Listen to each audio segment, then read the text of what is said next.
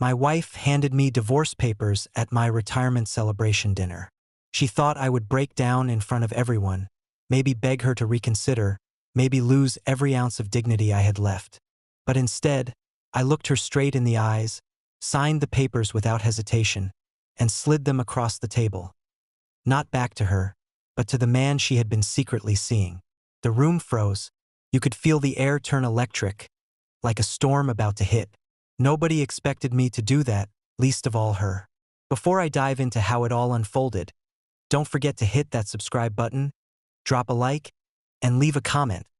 I want to know what city you're watching from. This is a story you don't want to miss. It all began on a Friday night that was supposed to be mine. My name is Michael, I'm 58 years old, and after decades in finance, I had finally wrapped up my career. My wife Linda insisted we celebrate in style. She booked a private room at an upscale Italian restaurant downtown, the kind with low-hanging chandeliers and waiters in crisp white shirts who glide between tables as if they're floating. The long mahogany table was set with silver cutlery and crystal glasses that sparkled under the warm lights. Around it sat people who had shaped my life. My two grown kids, my sister Karen, a few of my closest colleagues, even my oldest friend Peter. Everyone had dressed sharp, smiles plastered on their faces, ready to raise glasses in my honor. And then there was Linda. She looked dazzling that night, no denying it. Her blonde hair fell perfectly over her shoulders. Her emerald dress clung to her figure, and her makeup was immaculate. To anyone else, she probably looked like the perfect devoted wife celebrating her husband's milestone. But I had learned long ago that Linda's beauty was a mask she wore to command attention, and beneath it was a woman who thrived on control. Still, I tried to push the doubts aside. After all, this was my night, or at least it should have been. Dinner began pleasantly enough. The servers brought out bottles of wine, baskets of fresh bread, plates of antipasti. People toasted to me, recalling old stories, laughing about shared memories, filling the room with warmth. I sat there soaking it in, trying to convince myself that this was what happiness looked like. Linda played the perfect hostess, laughing at the right moments, filling glasses before anyone could notice they were empty. She leaned over once, whispered in my ear, "Just wait until you see your gift." Her tone was playful, but there was something in her eyes I couldn't quite place. I thought she meant a watch, maybe a trip somewhere, maybe something sentimental to mark the end of one chapter and the start of another. Instead, what she had in store for me would turn the entire evening into something none of us could forget. The meal stretched on, course after course, and just as dessert arrived, tiramisu with little candles sticking out of it, Linda tapped her glass with a silver spoon. The room quieted instantly. She stood, smiling wide, and all eyes turned to her. "Michael," she began, her voice smooth, rehearsed. "We've been through so much together. Tonight, I want to give you the gift of honesty." Her words made me shift in my chair. A murmur ran through the table. Then she reached into her purse, pulled out a manila envelope, and placed it in front of me with a theatrical flourish. My hands felt heavy as I slid the papers out and saw what they were. Divorce. My name printed in bold black letters, page after page spelling out the end of decades together. I looked up, and for a moment time froze. My daughter Emily gasped, her hand flying to her mouth.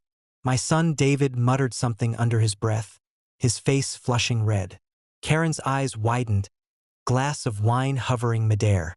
Peter's jaw tightened, his knuckles white around his fork. And then I saw him, James, a so-called friend of ours, sitting 2 seats down from Linda. He avoided my gaze, but there it was, the faintest smirk tugging at his lips, a silent admission that he knew exactly what was happening. Linda looked at me expectantly, like she was waiting for a performance, waiting for me to crumble in front of everyone. She wanted the power of that moment, the spectacle. But something inside me shifted right then. I felt no rage, no begging sorrow. Instead, I felt clarity, sharper than I'd ever known. I picked up the pen, flipped through the papers calmly, and signed my name where it needed to go. Linda's confident smile faltered for the first time.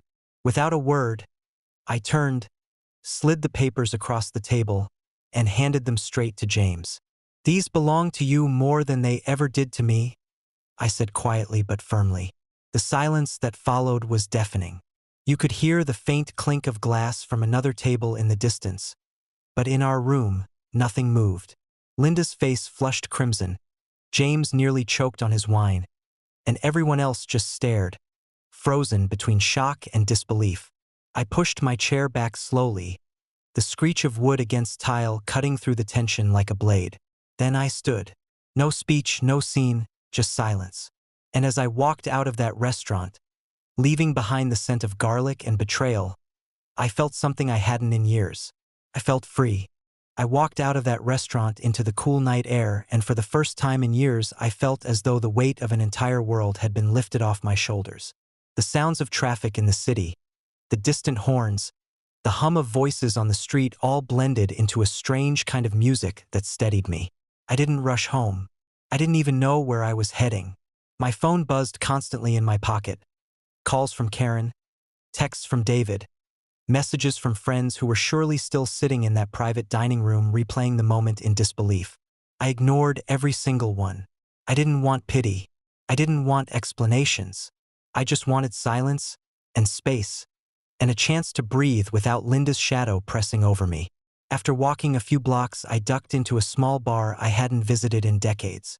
The kind of place where the floors are scuffed, the jukebox plays old rock songs, and nobody cares who you are or why you're there. I sat at the far end of the counter, ordered a whiskey neat, and let the burn settle into me like fire licking across my chest. People always imagine that when betrayal hits, you either collapse or explode. But that night I felt neither. I felt awake. For years I had been half alive, existing in a marriage that looked perfect on the outside but was hollow within. I had let Linda's words, her expectations, her constant need for attention dictate my every move. And when she slid those papers across the table, it was as though she had finally freed me from a cage I had been too afraid to leave on my own. I sat there for hours, nursing the whiskey, watching strangers come and go. An older couple laughing at the jukebox, a group of college kids loud with energy, a man in a suit staring too long at his glass the way I must have looked to him. And as I watched, I realized how much life existed outside of the narrow bubble Linda had kept me in. I thought back to the hobbies I had abandoned because she said they were silly, the friends I had stopped seeing because she found them beneath her, the little joys, like fishing at dawn or tinkering with old records, that had been replaced by her endless desire for appearances and status. For the first time in years, I wondered what it might be like to reclaim those pieces of myself. When I finally got home that night, the house was silent. Linda hadn't come back yet. I walked through the rooms, each one heavy with her touch. Expensive furniture, scented candles, carefully staged photographs of vacations where we had smiled for cameras but not for each other. I poured another drink, sat in the living room, and let the stillness wrap around me. Instead of sorrow, I felt a quiet determination building. If she thought those papers would humiliate me, she had miscalculated. They were a gift, clean break, a chance to start again. The next morning, the weight of reality set in. The phone buzzed with calls I couldn't ignore forever. Karen was the first to get through. Her voice was sharp with anger at Linda, but soft with concern for me. She said Emily had been crying, David had been furious, and everyone at that table had seen the truth of Linda's betrayal. I reassured her as best I could, though I admitted nothing could erase the pain of seeing it happen so publicly. Then came Peter's message, a simple one. Proud of you, man. You handled it with dignity. Those words stayed with me longer than I expected. Linda tried calling too. Her name flashed across the screen more than once, but I let it go unanswered. What could she say that would matter now? Happy retirement, Michael. Sorry I shredded our life in front of your children. She had made her choice and I had made mine. By the end of that week, I had hired a lawyer. His name was Robert, sharp, confident, the kind of man who could cut through complicated contracts like a scalpel. When he looked over the papers Linda had tried to hand me, he smirked. She thought you'd just sign this and roll over. She has no idea what she's in for. That smirk was the first sign that maybe, just maybe, I wasn't going to come out of this with nothing. Those early weeks were strange. I found myself rediscovering silence. Waking up alone in the house felt different, but not in the way I expected. The bed was empty, but it wasn't unbearable. The mornings were quiet, but I learned to enjoy the stillness. I started digging through closets, pulling out pieces of myself I had left behind. My old fishing rods, shoved into the garage because Linda thought they were tacky. A stack of vinyl records, gathering dust because she thought they were dated. Even books I hadn't touched in years, titles she used to roll her eyes at. I surrounded myself with them like artifacts of a life I wanted to reclaim. Friends reached out, some awkward, some angry on my behalf, some just trying to check in. I appreciated the words, but I didn't need sympathy. What I wanted was action. I started running in the mornings, something I hadn't done since my 30s. At first, I could barely get a mile without gasping for air, but the rhythm of my feet on the pavement gave me a sense of control I hadn't felt in years. Slowly, the miles stretched further. My body changed, leaner, sharper, more alive. One evening, as I stood in front of the mirror after a shower, I hardly recognized the man staring back. Stronger, clearer eyes, a posture I hadn't carried in years.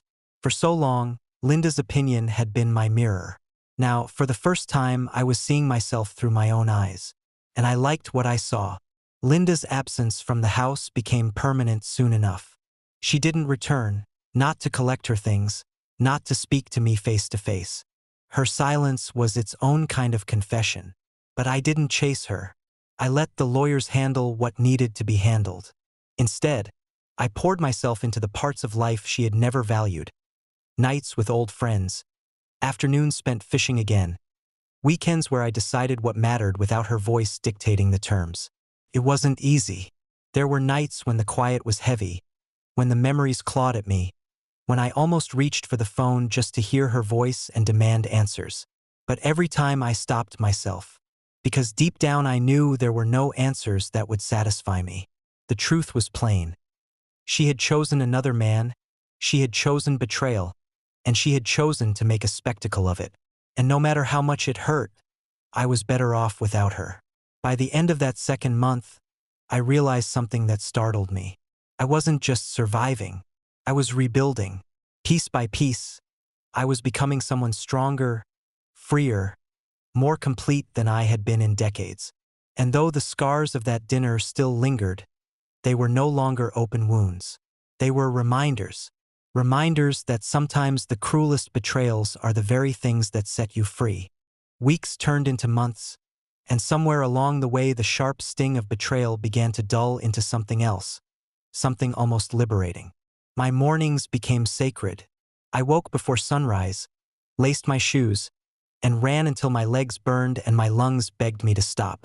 The rhythm of those runs gave me clarity I had never known before. I wasn't just running to escape what Linda had done. I was running toward a version of myself I had lost a long time ago.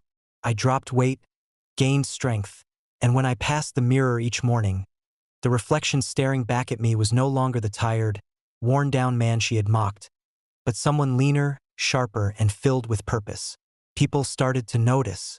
Karen stopped by one weekend, her arms full of groceries like she thought I wasn't feeding myself. The moment she saw me, she froze, her mouth falling open. "You look 10 years younger," she said, shaking her head in disbelief. I laughed for the first time in what felt like forever. Not the hollow laugh I used to force at Linda's cocktail parties, but something real. Word spread quickly among my friends and colleagues. They stopped looking at me with pity and started asking me questions, eager to hear my perspective, my advice, my plans. For so long I had lived in the shadow of Linda's sharp tongue and false charm, but now I was standing in my own light. At work, opportunities began to appear as if out of nowhere. My business partner Peter invited me on trips I would have skipped before, convinced Linda would have rolled her eyes at them. I went, and with every meeting, every handshake, I felt my confidence swell.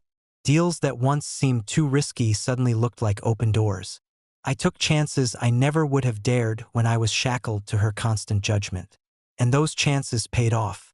The company grew stronger, our profits surged, and for the first time in decades, I felt like my career wasn't something to hide from my wife's scorn but something to celebrate. My nights were different too. No more tense dinners with Linda picking apart my every word. No more forced smiles at her endless social events. Instead, I reconnected with old friends. Men I hadn't seen in years because she had deemed them unworthy. We met for beers, for fishing trips, for late-night poker games filled with laughter and stories that reminded me of who I used to be. Slowly, I pieced together a life that was mine and mine alone. Then came the evening that shifted everything once more. Peter invited me to a charity gala downtown. Normally, I would have declined, convinced such events were nothing but stages for people like Linda to preen and pose. But Peter insisted, promising it would be worth my time. I bought a suit, one that actually fit my leaner frame, and walked into that ballroom with a sense of curiosity instead of dread. That was where I met her. Her name was Julia, and she was unlike anyone I had ever known. Tall, confident, with auburn hair that caught the light and eyes that seemed to see straight through the noise of the room. She wasn't flashy, wasn't performing for attention like Linda always had. She carried herself with quiet authority, the kind that made people lean in when she spoke, the kind that silenced a room without a single raised word. We were introduced by a mutual acquaintance, and within minutes I felt something I hadn't felt in years. A spark, not of infatuation, but of recognition. She asked about my work, not with polite disinterest, but with genuine curiosity. I found myself talking easily, explaining the kind of deals I handled, the way I navigated negotiations. She listened intently, her eyes never wandering, her phone never interrupting. When she laughed, it was warm, real, and it cut through the pretentious air of that gala like sunlight.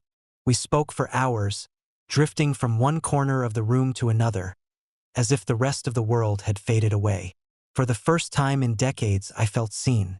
Not as someone's husband, not as the man to be mocked behind a polished smile, but as myself. I was cautious at first. My wounds were still fresh, and the last thing I wanted was to tumble into something too quickly. But Julia wasn't in a rush either. Our connection grew slowly, naturally, through shared lunches, quiet dinners, long walks in the park. With her, I didn't have to perform, didn't have to guard myself against the sharp edge of ridicule. She admired my strength not because of what I had endured, but because of how I had chosen to rise from it. As the weeks passed, I found myself laughing again, this time without bitterness. Julia made even the smallest conversations feel alive, and when she looked at me, I didn't see the cold calculation I had grown used to with Linda. I saw respect, warmth, and possibility.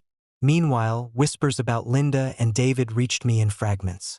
Friends told me they didn't look happy, that money was tight, that the glamour of their affair had dulled into something far less enviable. I didn't seek out the information, but when it came, I let it rest in the back of my mind. I didn't gloat. I didn't need to. Life has a way of balancing itself, and their unraveling was no longer my concern. My concern was the life I was building, the man I was becoming, the future that no longer felt like a shadow but a horizon stretching wide before me. I knew then that I wasn't the same man who had walked into that restaurant months ago, humiliated by a woman who thought she held all the power. I had rebuilt myself piece by piece, and for the first time in years, I wasn't afraid of what came next. Nearly a year had passed since the night Linda slid those papers across the table, thinking she would crush me in front of everyone. By then, my life looked nothing like the one she had tried to dismantle. My mornings were disciplined, my career was thriving, and Julia had become a steady, brilliant presence by my side. She wasn't a replacement for what I had lost. She was proof that I had never truly lost anything at all. I had gained more than Linda could have ever imagined. That year transformed me into someone I barely recognized. A man who laughed freely, who took risks, who carried himself with a strength no betrayal could shatter. I thought the past was behind me, sealed like an old book gathering dust on a forgotten shelf. But fate has a way of dragging the past back into the light when you least expect it. It happened on a Friday evening when Peter insisted on celebrating one of our biggest deals. He chose a restaurant downtown, a familiar one, though I didn't realize it until I stepped through the doors. The air hit me like a punch. It was the very same place where Linda had handed me those divorce papers. My chest tightened for a moment, but then Julia's hand slipped into mine. Her warmth grounded me, her presence a reminder that I wasn't that man anymore. We walked through the dining room, heads turning as we entered, not because of me, but because Julia had that effortless aura that drew people in without her trying. Her confidence made me stand taller, my steps surer, as if the floor itself recognized I was no longer the broken man who had once stumbled out into the night. Then I saw them, Linda and David, seated with a cluster of familiar faces, people who had witnessed my humiliation a year earlier. My pulse quickened, but not with fear. I felt an unexpected calm. They hadn't seen me in months, perhaps expecting that time had reduced me to bitterness or regret. Instead, what they saw was a man transformed, sharper, stronger, walking beside a woman who carried herself with elegance Linda had always tried to fake but never could. The moment Linda's eyes locked on me, her expression faltered. She tried to recover, forcing a smile, but the crack was visible. David shifted in his seat, his hand restless around his glass, the weight of his choices carved into the lines on his face. Conversations at their table hushed, the air thick with unspoken comparisons as eyes flicked from them to us.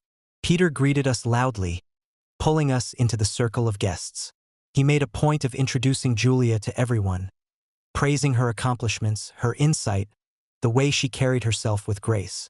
Every word seemed to slice through Linda's composure. I could see her shrinking, her forced charm collapsing under the weight of authenticity standing beside me.